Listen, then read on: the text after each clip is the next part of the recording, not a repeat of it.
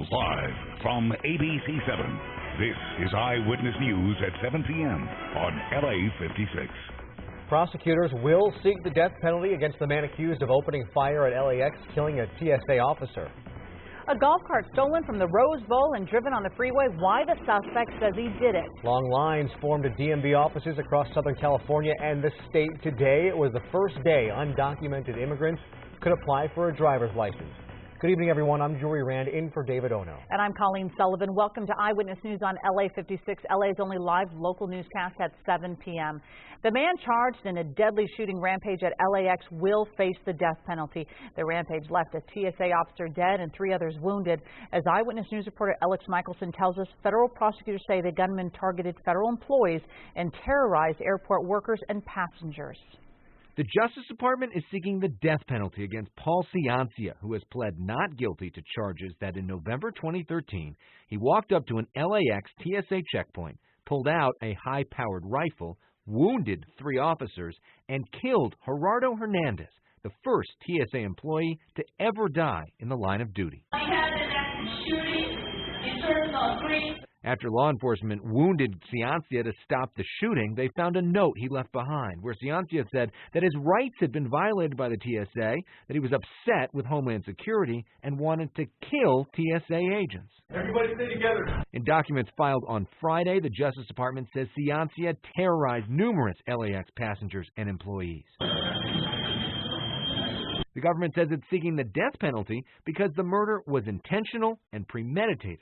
The chief of LAX Airport Police says that the facts of this case support the death penalty. This is one of the biggest cases that we're going to have in federal court for a long time, and that's because it was an attack on TSA, an attack on the airport. It shut down LAX. And so that's the type of case where law enforcement itself says, go for the death penalty. Loyola Law Professor Lori Levinson is a former federal prosecutor. She says this case will not be easy. In this situation, Mr. Ciancia has a background of mental problems, and that's something that the defense will raise. Levinson says the decision to pursue the death penalty means it will take significantly longer to prosecute the case. In federal court, this is essentially a 2-part trial. The first trial is going to be over whether Mr. Ciancia is actually guilty of the shooting. But even if he's found guilty, then the jury has to decide what penalty he gets. A status conference is scheduled for Monday afternoon, but Levinson says a final decision on this case won't be reached until late 2015 at the earliest. Reporting from the newsroom, Alex Michelson, ABC7 Eyewitness News. Thank you, Alex. An investigation is underway into a deadly shooting of a man near a Blue Line station in Compton. Investigators say 2 men got into a fight. One of the men shot the other and ran away. They say the victim chased after the suspect and then was shot several more times. The victim was taken to the hospital where he later died. The gunman is still on the loose. Meantime, the Artesia Blue Line station is closed for the investigation. A Placentia teacher is under arrest tonight, suspected of having sex with an underage girl. Fullerton police arrested 36-year-old Christopher Millette on Wednesday. They say he currently teaches 7th grade at science at Valdez Middle School in Placentia. However, the alleged victim is not one of his students. Police say they are not aware of any other victims connected to the school. School officials say Millette has been placed on administrative leave. If you have any information, you are urged to call Fullerton Police at 714-738-6754. We now know the name of the suspected drunk driver accused of stealing a golf cart and taking it for a spin on the 210 freeway in Pasadena. A witness called 911 just after 10 o'clock last night to say someone was driving the golf cart in the slow lane at North Lake Avenue with the lights off. CHP caught up with Andrew Aldridge about a mile later and arrested him on suspicion of DUI. They say he had taken the golf cart from the Rose Bowl. Aldridge allegedly told officers he was simply trying to get his car to his car on the other side of Pasadena. The number of DUI arrests made by the California Highway Patrol in LA County over the New Year's holiday held steady compared to last year. The CHP says 104 drivers were arrested between New Year's Eve and this morning. That's the same as last year. Statewide, 510 DUI arrests were made. That's about 50 more compared to a year ago. The arrest numbers do not include those made by city or county departments. For the first time, undocumented immigrants are eligible to apply for California driver's licenses. Many wasted no time lining up today. As Eyewitness News reporter Robert Olguin explains, the change is meant to increase safety on our roads, but not everyone thinks it's a good idea. At DMV offices all over the Southland, hundreds of undocumented immigrants stood in long lines for a chance to apply for a California driver's license. I'm excited. I just can't wait to take the test and get my license, you know. They are lawbreakers! Meanwhile, at a rally in Long Beach, a group of about 20 spoke out against the new law. They are allowing illegals all the benefits that every American is entitled to. This is wrong. Assembly Bill 60 was approved by the California legislature in 2013, but it went into effect today. It allows undocumented immigrants the ability to obtain a driver's license so long as they can prove that they are residents of California. They must also pass a written and driving test, and they must pay the standard $33 application fee. It's something we've been waiting for a long time, so I'm just glad the day is here now. The California Department of Motor Vehicles is expecting 1.4 million undocumented immigrants to apply for driver's licenses over the next 3 years. Pedro Miguel says he came to California from his native Guatemala in search of a better life. He says he's been driving without a license for the past year, and he says he welcomes the opportunity to drive legally without the fear of tickets or getting his car impounded. My son was killed 4 years ago. But Don Rosenberg has a very different view. The driver ran him over. Rosenberg's son was struck and killed in 2010, and an undocumented immigrant was behind the wheel. If they drive more, it's just going to be more deaths. But supporters of the new law say it will make our roads safer. I think it's important that we make sure that every motorist is licensed, tested, and insured. Robert Olguin, ABC7 Eyewitness News. According to the DMV, more than 9,000 people applied today for a driver's license. California farmers are scrambling to save their crops as overnight temperatures dip below freezing. This garden in Tulare County has already lost some bananas to the freeze. Letting water run all night heats things up a few extra degrees, just enough to help the citrus fruit survive. Other plants are kept in shelters through the winter or are covered. The last critical freeze for the California citrus industry was in December of 2013. Time now to get a first check of our forecast. For that, we turn things over to Jonathan Novak. Jonathan. Jewelry, folks, more cold weather ahead. Another night with freezing temps for most of us out there. These are some of the lows from today. Baldwin Lake 0. Riverside and Apple Valley bottomed out this morning at 27. Chatsworth freezing. And at the coast, even LAX is at 38 this morning. Currently, we're at 51 in Burbank. Good evening, Big Bear. It's going to be another chilly night for you in the teens. Right now, you're at 27. Palm Springs is at 50. And downtown Los Angeles, ALA, it's 50 degrees for you right now. So, we look at the watches and warnings page. Once again, another freeze warning for the same spot that has had some real issues lately with the real cold weather, those inland sheltered valley locations of Ventura County. Frost advisory ahead tonight. That goes to tomorrow morning for San Bernardino, Riverside County valleys. For temperatures dipping down into the teens in some spots and the 20s in many. We'll take a look at when things start warming up. It's sooner than later. Details in the 7-day. We like that, Jonathan. I know. Thank you. You're welcome. New sanctions against North Korea following the alleged cyber attack against Sony Pictures. President Obama signed an executive order authorizing the sanctions, which are aimed at organizations tied closely to North Korea's defense industry.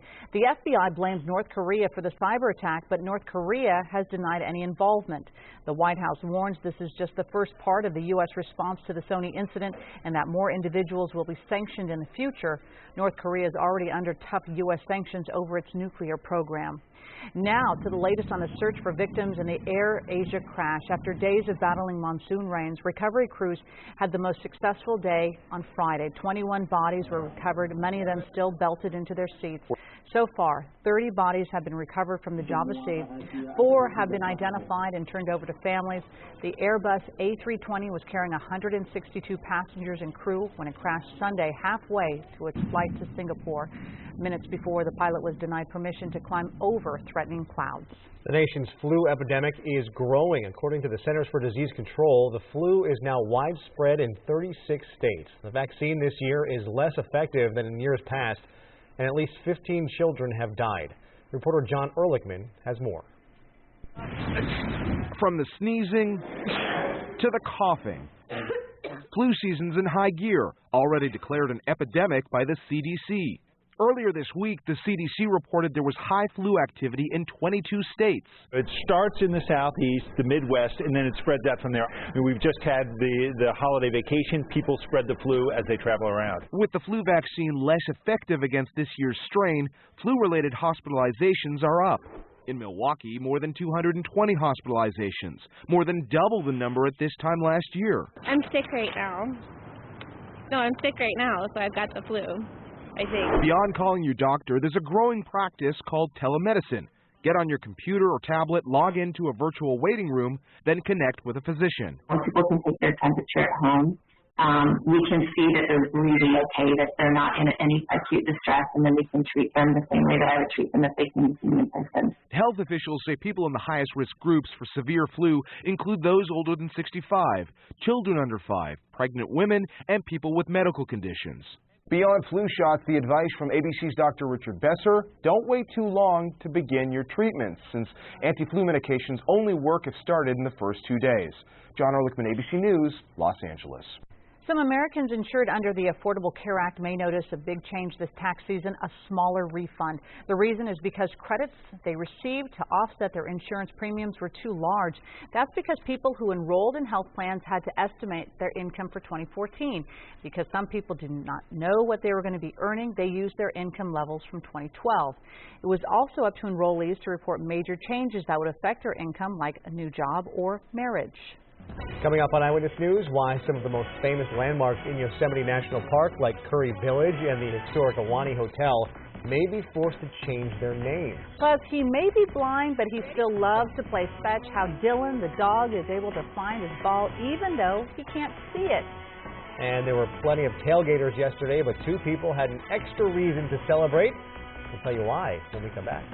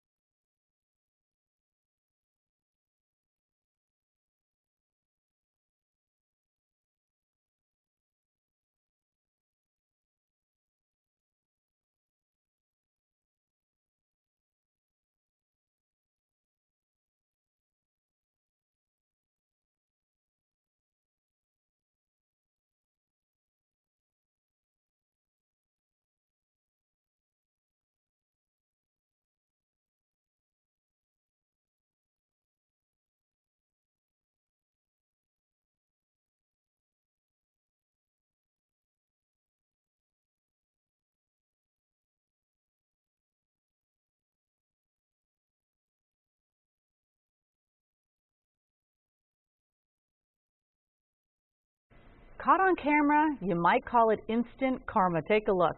There on the upper left, the guy on the bike smashing into a cement trash can. Huntington Beach PD provided the video. They say the man stole the bike from outside a restaurant last night. They also say he was drunk. He only got as far as across the street before he crashed, hit the ground, and knocked out some of his teeth. Police caught him and returned the bike. I don't think too many people are feeling bad for him tonight. A Napa Valley restaurant is trying to recover after a robbery on Christmas Day. Owners of the French Laundry restaurant say $300,000 worth of wine was stolen. Investigators believe the thieves were experts who knew exactly which wines to steal. Most of the wines have either a serial number or a tag that makes it easier to track and more difficult for thieves to sell. The owners are concerned the bottles could be unloaded on the black market. Yosemite Lodge, the Ahwahnee Hotel, and Curry Village, all time-honored names of Yosemite National Park, but a legal dispute could force new names on those beloved spots. A private company that runs the park's lodges, restaurants, and attractions is claiming legal rights to the names. Delaware North and New York wants as much as $51 million if another company gets the concession contract. The current contract ends in 2016. Yosemite concessions gross as much as $130 million a year. Park attorneys are preparing to defend the park's right to the names, but the National Park Service says it could be forced to rename the sites. Okay, so it's not a warm-up yet, but it is coming. It will soon be here. Relatively speaking, not a warm-up. I mean, we've got a few degrees. We're going to get close to average for tomorrow, and then we'll get about there by the end of the weekend. Yeah. Okay. But it'll still feel cool. You know, it's winter. Got to still feel cool to some degree. But you know what? I got some really non-winter-like temperatures ahead. Good. If you like 70s and near 80 degrees, what? What? Yes. All right. Hold off, though, on that. Morning chill this morning. Lancaster bottomed out at 18. We got another night of freezing temperatures ahead. Corona was 22 this morning. 30s from Simi Valley to Palm Springs and Ventura. Your low today was 44 degrees. So, right now, 50 degrees in downtown. Calm winds. Well, that's nice. You never want the winds.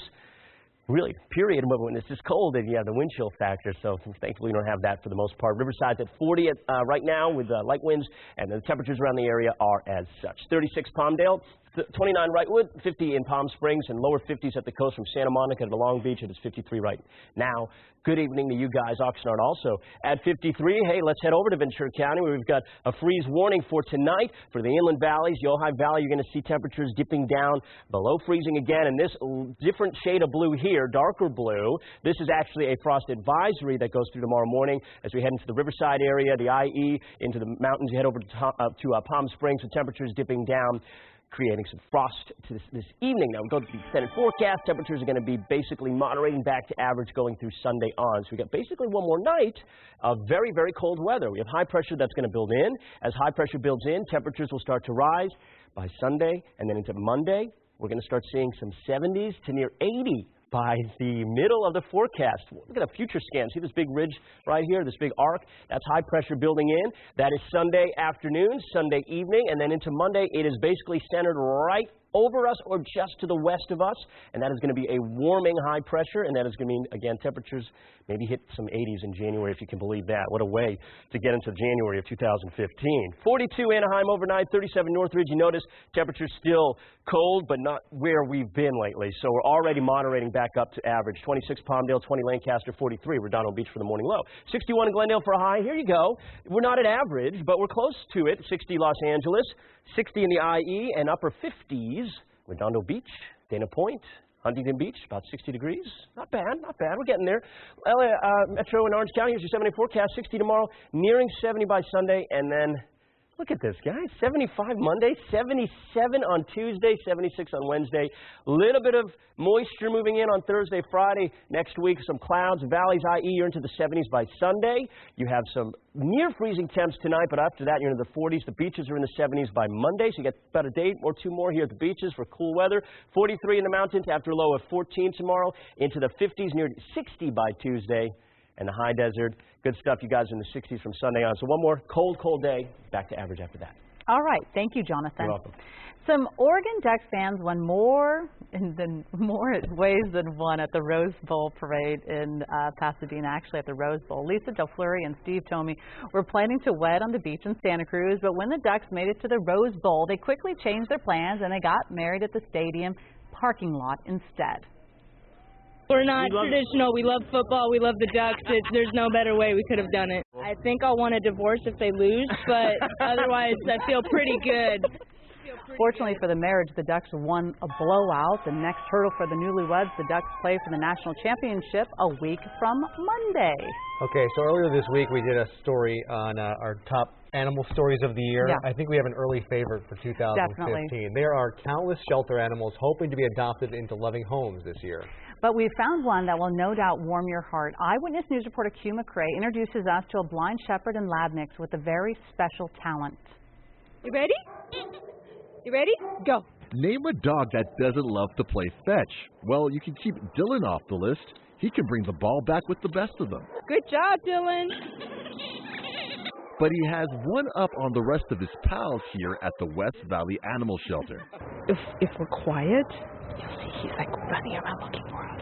You see, Dylan is blind. Doesn't seem to affect him. Just a happy, fun-loving dog. Loves life. He's just like a regular dog. Once he gets the ball, it's like, I want to show off. Come and get me if you want the ball. The vet believes Dylan suffers from a disease that took his vision and clouded his sight. So he relies on his ears and nose to play. Personally, I wouldn't have been able to adapt if that were me. And he's adapted quite well. Over here. Good boy. Like other dogs, Dylan loves a good belly rub. He listens to commands. Sit. Good boy. He's a sleek, handsome 6-year-old Labrador Retriever Shepherd mix with an amazing personality and a winning smile to boot. What he can't see with his eyes, he does with his heart. We really want to see him and all the other dogs that we have here get forever homes. As you can see here, Dylan is very healthy. He has all his vaccinations. The only thing he needs right now is a loving home. And here at the West Valley Animal Shelter, they make adoption simple. Just give them a call if you want some more information about this guy right here. The number, 818-756-9325. In Chatsworth, I'm Q McCrae, ABC7 Eyewitness News. Love Dylan. Love Dylan. He's so sweet. Well, with thousands of drink combinations available at Starbucks, it's unlikely you could get into a coffee rut. But just in case you need another option, you're in luck. Details about a new drink coming up to the chain ahead. Plus, Hollywood history mailed by mistake. Why some stuff belonging to Humphrey Bogart and Lauren Bacall was sent to the wrong house. And what happened when the people there opened it. But first, do you have a question for LA Mayor Eric Garcetti? He will be a guest on an upcoming edition of Eyewitness Newsmakers over on ABC7. Submit your questions at abc7.com/newsmakers. He may just answer your question on the show. We'll be right back.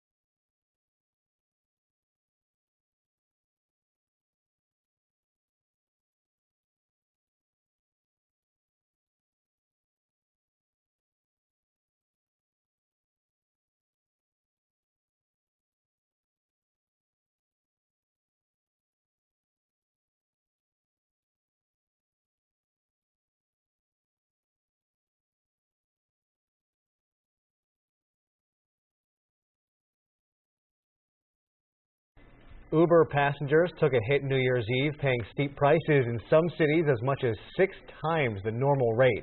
Uber users are posting their New Year's Eve bills on social media saying they paid way too much that night. One rider posting a copy of a receipt for a 4.5-mile trip in Westchester, Pennsylvania. It cost $117.51. He was one of many Uber passengers who paid more than $100 for a lift. The surge in prices was highest at 1:30 a.m. when Uber expected the most business. The company, though, did warn of the steep surge in prices. After more than 90 days of gas prices falling at the pump, they're going back up. The average price of a regular gas in LA County rose 0.8 cents to $2.65 today. Orange County drivers are paying on average $2.63 per gallon. Prices rose nearly 1.5 cents in the Inland Empire. Drivers there are now paying $2.62 a gallon. The increase comes one day after gas began being covered under the cap and trade program, which requires suppliers to reduce greenhouse gas emissions by supplying low carbon fuels. Starbucks lovers, listen up. You'll soon get the chance to try something new. The company is adding the flat white to its menus. Descriptions vary about exactly what it is, but the coffee drink is generally described as a latte or cappuccino with a denser foam mixed throughout. The coffee drink has been available in the UK and Australia for years. It's expected to hit U.S. locations on Tuesday. Imagine getting a package delivered to your house and it's filled with stuff that belonged to Humphrey Bogart and Lauren Bacall. That's what happened to a family in Fresno County. When the package arrived addressed to Stephen Bogart, this woman wasn't exactly surprised. After all, that is her husband's name, but she was surprised when it turned out to be full of pictures of Bogey and Bacall. The problem was the items from an auction house were supposed to go to another Stephen Bogart, Humphrey and Lauren's son. It was just amazing to see all this come here. You know, who would have thought it would come here? They contacted the auction house, who is sending them a new mailing label so they can forward the box and pictures to the rightful owner. And Humphrey and Lauren's son, Stephen, says he's grateful to the family for being honest and plans to call them and thank them. We're updating the evening's top stories next at 7:30, including details about the man charged with going on a deadly shooting rampage at LAX. And a 1-year-old boy stabbed to death, his father now under arrest. Plus, the throwback to the heyday of Route 66. We'll show you what's being done to preserve a piece of Southern California history next.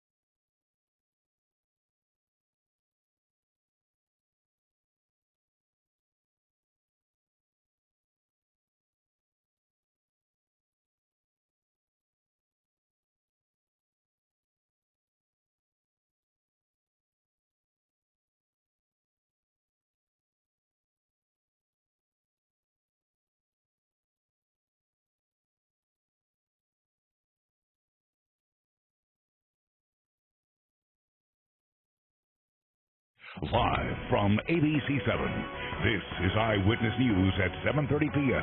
on LA56. Our top story at 7:30, prosecutors will seek the death penalty against a man charged in the deadly shooting rampage at LAX. I'm Colleen Sullivan. I'm Joey Rand in for David Ono. This is Eyewitness News on LA56, LA's only live local newscast at 7 p.m. The rampage inside a busy Terminal 14 months ago left an airport screening officer dead and 3 other people wounded. Paul Ciancia has pled not guilty to charges. Gerardo Hernandez is the first TSA employee to ever die in the line of duty. An altercation leads to a deadly shooting near a Blue Line station. 1 man is dead. It happened at the Artesia station in Compton. Investigators say 2 men got into a fight. One of the men shot the other and ran away. They say the victim chased after the suspect and was shot several more times. The victim was taken to the hospital where he later died. The gunman is still on the loose. Meantime, the Artesia Blue Line station is closed for the investigation. A Ventura man is under arrest in the stabbing death of his 1-year-old son. Police say Adrian Navarrete Gonzalez is in the hospital right now being treated for his own stab wounds, but he is expected to survive. Eyewitness News reporter Sid Garcia explains how police made the tragic discovery. This tragedy began to unfold around 1:45 this morning when a man called Ventura police saying his 1.5-year-old son was dead in their home. Police say 1.5-year-old Jacob Navarrete died from a stab wound to the upper body. They also found the boy's father, Adrian Navarrete Gonzalez, seriously hurt from stab wounds. Late this afternoon, police arrested him for his son's murder. He was the last one to be with the child while the child was alive, and we have, at this point, no other information that's leading us any other direction. Neighbors here on Crocker Avenue are horrified. How could this happen? A 1-year-old child doesn't deserve to be... No, a 1-year-old child couldn't do anything to deserve any kind of discipline yet. No, I'm chilled to the bone. You know, how could that happen that a baby would die? Doesn't compute. None of that computes. Just walk away. Don't kill people. Walk away. Detectives collected evidence for hours and left the house around 11 this morning. An hour and a half later, some of the 10 or so people who live here returned. They say they didn't know Navarrete Gonzalez's name because he recently moved into one of the rooms. They say he brought his baby boy Jacob over a few times a week. They were always playing together, like he was like a good father, you know. But never any sign, no red No, like flag. nothing. He was like just normal. While the investigation is ongoing, police tell me one of the theories they're working on was this an attempted murder-suicide. In Ventura, Sid Garcia, ABC7 Eyewitness News. A memorial tonight for a security guard killed in a shooting outside a roller rink in Grand Terrace. 48-year-old Richard Williamson, known as Big Will, was shot to death while on duty at the Cal State roller rink. Gunfire broke out during an all-night New Year's Eve party. Williamson was killed and 2 other men were injured. About 200 people, many of them children, gathered for the party. A witness says Williamson saved lives when the gunman opened fire in the parking lot. There were kids everywhere, there were people everywhere, and he took the focus of the gunfire on him. So he died a hero. He did what he was put here on earth to do. The shooter got away and is still on the loose. New developments in the ongoing labor dispute at the ports of Los Angeles and Long Beach. Work at the port has slowed in recent months. It could soon slow down even more. Hundreds of longshore workers filled the hiring hall in Wilmington ready to go to work, but there are fewer spots to fill after they say the Pacific Maritime Association dramatically cut the number of work crews on cargo ships.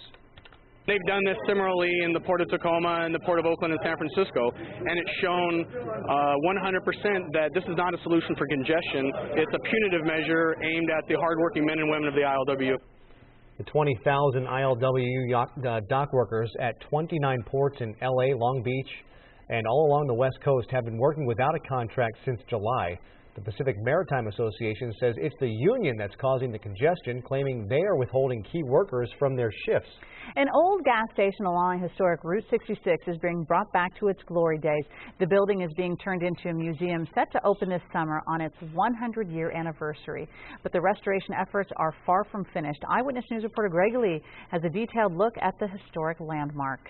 This old building behind a chain link fence in Rancho Cucamonga doesn't look like much, but it holds a lot lot of history. The heart and soul of this community.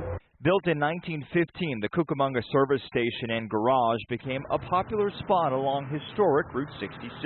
It became a meeting point for the community, so this was the hub of Rancho Cucamonga, or in that time was Cucamonga. It closed in the 70s, fell into disrepair, and was eventually condemned by the city.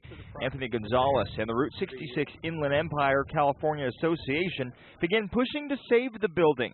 City officials named it a historic landmark in 2009, then handed it over to the group 4 years later. Realized that the structure of the building was in very bad shape. Volunteers have replaced the windows, rewired the electric, and finished countless other restorations. The goal, honor the past by turning the station into a museum. The project's getting a lot of support from locals like Linwood Ganson, who collects photos of the historic building. There's not much of old Cucamonga left, and this will be nice when it's all done. The association's raised nearly $75,000 in donations. Still, they hope to raise another $500,000 to rebuild the garage. Gonzalez says it's all worth it to keep the past alive. I hope that everybody has an opportunity to come down and see what the history of Rancho Cucamonga and Rancho Cucamonga today was and is. The group hopes to open the visitor center by July of this year, the 100-year anniversary of the building first going up. Reporting in Rancho Cucamonga, Greg Lee, ABC7 Eyewitness News. There are 930 new laws in California this year. We listed a few of them yesterday, but here now a few more. Prosecutions are now permitted when aerial drones are used to photograph or record another person in a private setting.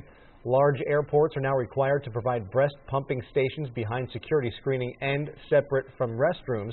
State entities cannot display or sell copies of the Confederate flag unless the image appears in a book or museum for educational or historical purposes. And the red-legged frog is now recognized as the official state amphibian. Mark Twain will be proud. He would be. For more news on the new state laws, go to ABC7.com. Senate Democratic leader Harry Reid is out of the hospital today, but still recovering from an exercise accident that broke several ribs and facial bones. According to the statement from his office, the 75-year-old senator was working out when an elastic band broke, snapping him in the face. That caused him to fall over, breaking several ribs and bones near his right eye as he hit the ground. No internal bleeding was detected. Doctors expect him to make a full recovery. Funeral arrangements are set for former New York Governor Mario Cuomo. He died yesterday of heart failure at the age of 82. A private wake will be held Monday, and he'll be laid to rest on Tuesday following a service. Current New York Governor and son Andrew Cuomo has moved the State of the State address so he can attend his father's funeral. Millions of people suffer from pain in their knees, back, or hip. But now there's a new type of therapy that may finally ease their suffering. And the holidays aren't over just quite yet. Up next, we'll show you how Three Kings Day is being celebrated at the Disneyland Resort. And Jonathan Novak here. We have more cold weather ahead, but it's not too far away that we see really warm weather. Yeah, details ahead on some spring temps. Stick around.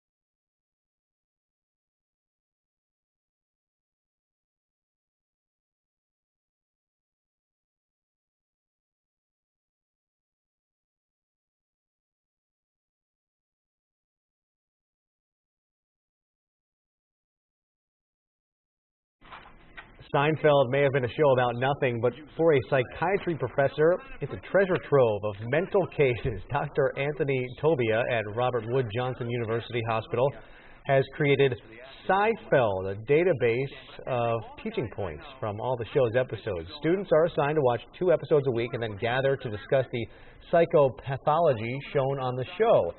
Tobia diagnoses Jerry Seinfeld's character as obsessive-compulsive, not a surprise, George Costanza as being egocentric, okay, and Kramer as schizoid.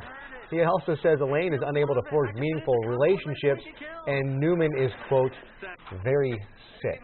You have lots of things you want to say after So this many story. things. I know, I can I tell. just do one? Go ahead. All right, I wonder if the doctor is still master of his domain. Thank you. I thank you for allowing me to say that. No, I could tell you. I had to get it out. Well, experts say more than 1 billion people worldwide suffer from chronic pain, and many of them will have to undergo invasive surgeries or take powerful drugs to ease it. But now there's a therapy new to the U.S. for people with back, hip, or knee pain. As health specialist Denise Dodor explains, it all starts with a pair of shoes. They put the shoe on, it was like magic. I could not believe it. They're not your average sneakers. For 57-year-old Candelaria, these shoes are the secret to pain relief. Any night pain anymore? Not as much. Candelaria's pain started after she fell during her pregnancy. First it was knee pain, then hip and lower back pain. It got to the point where the pain became excruciating, unbearable. She tried everything to avoid a knee replacement, but nothing helped until Apple's therapy. How's the back? The back is not as bad. Okay. I can now sit for more than 2 hours. Apple's therapy was developed in Israel in the 1990s. It doesn't require specific exercises. Instead, personally calibrated mechanical pods are placed on the bottom of shoes to realign the patient's knees, hips, and back. What we do is we can calibrate according to what we know that the body is trying to resist certain forces or shift certain things away from pain. The goal is to retrain the brain and muscles to walk in a way that takes pressure off painful areas. It creates what the founders call perturbation, a little bit of instability, so that your whole body learns and relearns how to walk and how to position itself. The program lasts a year with patients wearing the shoes for about an hour a day.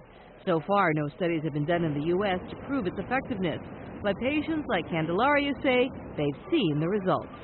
I have regained who I am. Apple's therapy isn't cheap. It costs about $5,250 for 1 year, and it's not covered by insurance here in the U.S. It's available in New York City, but the company does plan to expand to other areas of the country. In the newsroom, Denise Dodor, ABC7 Eyewitness News.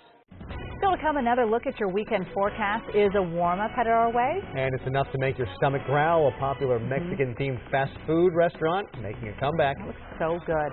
And the Bruins hope to remember the Alamo Bowl in a good way. Highlights coming up in sports.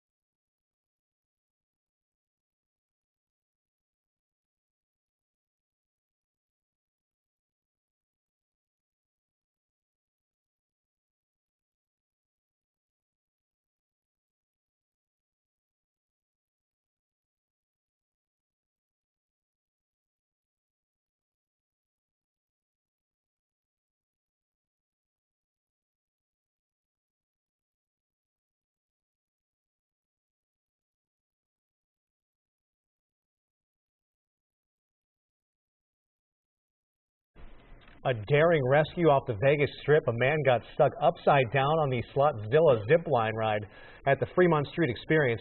Firefighters were called to the scene. They found the man dangling nearly 80 feet in the air. Emergency crews hoisted up their bucket and were able to bring him down to safety. No word yet on what caused the man to get stuck. That's a little scary. That's very scary. I know that Las Vegas was dealing with some cold weather, trying to switch it into the weather kind of talk. Nice But segue. yeah, that's what Let's thinking. talk about that. Yeah, That let's was talk a about it. It was cold there, but we're kind of excited to hear what you're going to say about the temperatures. I like that. It's one of the rare times people are excited for me to speak. I like oh, it. no, Jonathan, I'm just come teasing. on. I'm We teasing. miss you. Oh, no, I just You've been stop. sick the last couple of days. I know I've been under the, you know what, so under the weather. It's been this cold air. I'm telling you, you got me. Hopefully everybody else is doing great for 2015, and we have temperatures that are going to be more like, well, spring, not winter, as we go into the extended forecast. Yeah, if you are excited about 80 degrees, close to it, well, stick around here for a minute. We'll get to it. Today was 61. We're not there. We're not even close to it yet. 39 was our low, so still way below the averages of where we should be. Upper 40s for lows, upper 60s for highs. That's where we should be this time of year. But we're not. 53 at Long Beach, calm winds. That's good. You like to hear that. Calm winds. No real issues expected with that in the forecast, so good news there. 24 Big Bear, 37 Victorville, and Ojai. Ooh, going to be cold tonight. 47 right now, 39 up top. Frazier Park, and getting close to freezing Edwards. Hey, we were talking about Vegas, the storm that brought us the snow this week, moved through Vegas, and now moving through Texas. Look at all this pink right here. That is a winter storm warning.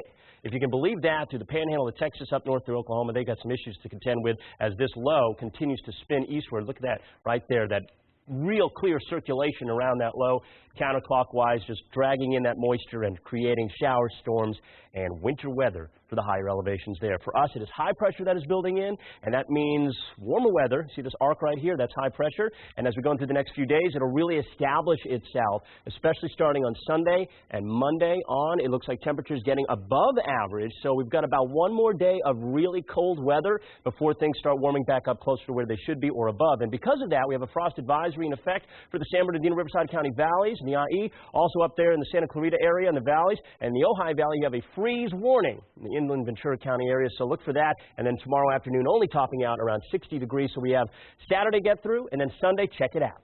69 in your 7-day forecast for LA Metro and Orange County, powered up by AccuWeather, and whoa, forget about it, Monday on 70s. 77, you like 77? Yeah, good, okay, we got some 77s. For you there. Valleys, IE, Tuesday, Wednesday, you're near 80, but tomorrow, one more day in the 50s for most of the afternoon. You're topping out at 60 on Saturday afternoon. But after that, man, it's good stuff. Beaches looking good, 44 in the morning, 57 in the afternoon, 70s from Monday on. And then the mountains, 14 tonight, 43 in the afternoon tomorrow, and then you're back into the 50s on Sunday for highs, and you're nearing 60 on Tuesday. We have some breezes, some moisture that moves in Thursday and Friday next week.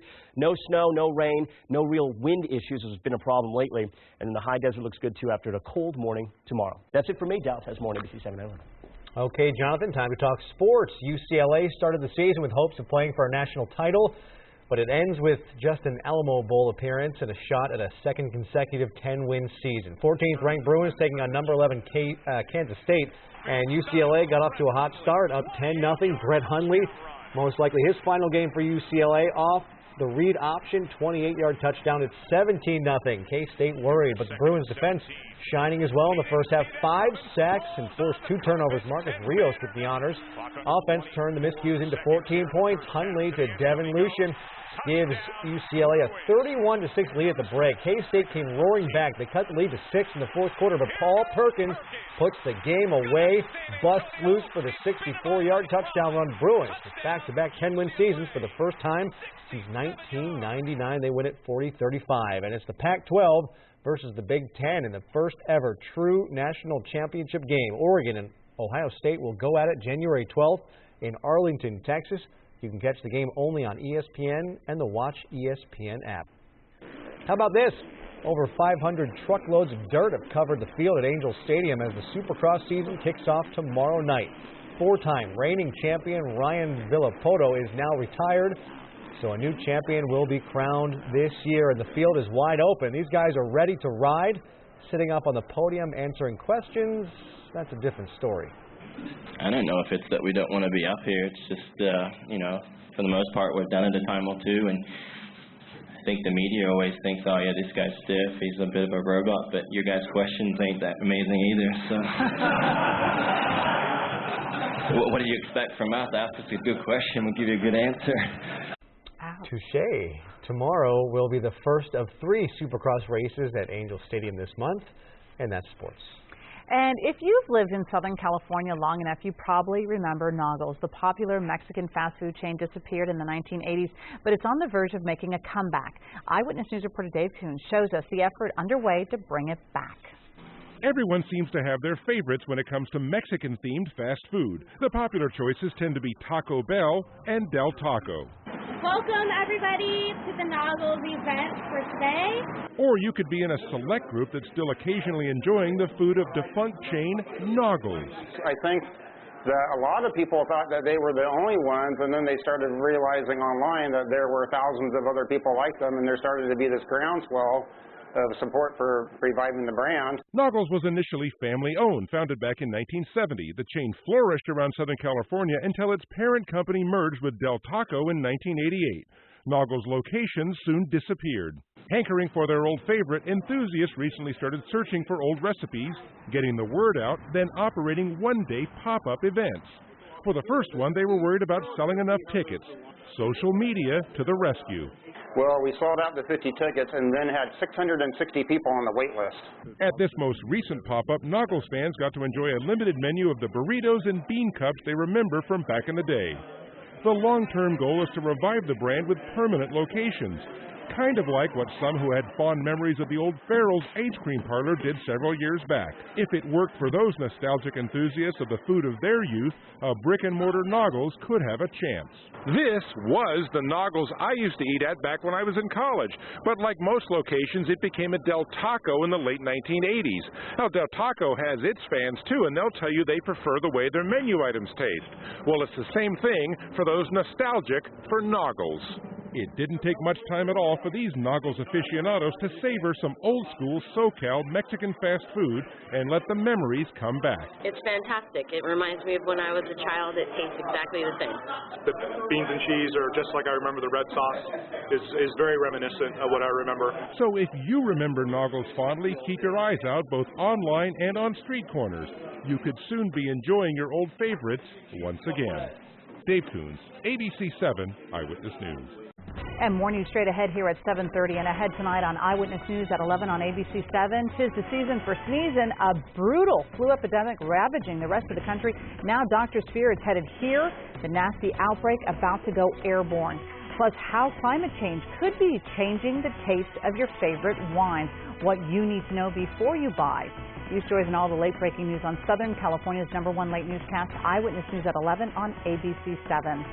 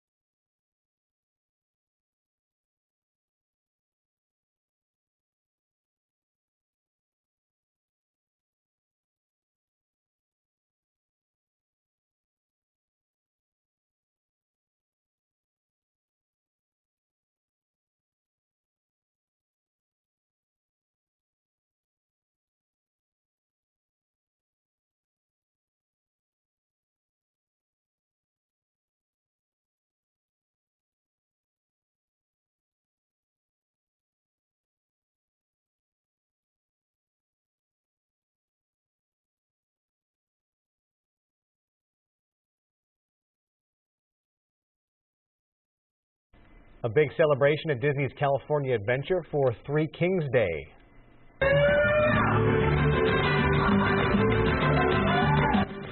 Bilingual artists perform the Spirit of Navidad, followed by the Viva Navidad Parade. It includes Mickey, Minnie, the Three Caballeros, and all their friends. Three Kings Day is a Christian holiday. It's the day the wise men, or Magi, celebrate the baby Jesus' baptism. Celebration continues through Tuesday, which is the actual Three Kings Day. Disney is the parent company of ABC7. The tall ships are returning to Southern California. The Lady Washington and the Hawaiian Chieftain are visiting Long Beach through January 12th. Onboard tours are being offered, and there are also several sailing options for the public. One of them will feature a mock cannon battle between the two ships. The ships are based in Washington State. Their mission is to preserve the history of the age of magnificent sailing ships. Gorgeous. If you ever get the chance really to see them in person, they are so stunning. impressive. My goodness. Yeah, and thank you for joining us for Eyewitness News at 7:30 here on LA56. Law and Order SVU is next. Eyewitness News continues at 11 p.m. on ABC7 and anytime on ABC7.com. And remember, you can get your news 24 hours a day by following us on Facebook and Twitter and by downloading our ABC7 app. See you tomorrow night at 7 o'clock right here on LA56. Have a great night.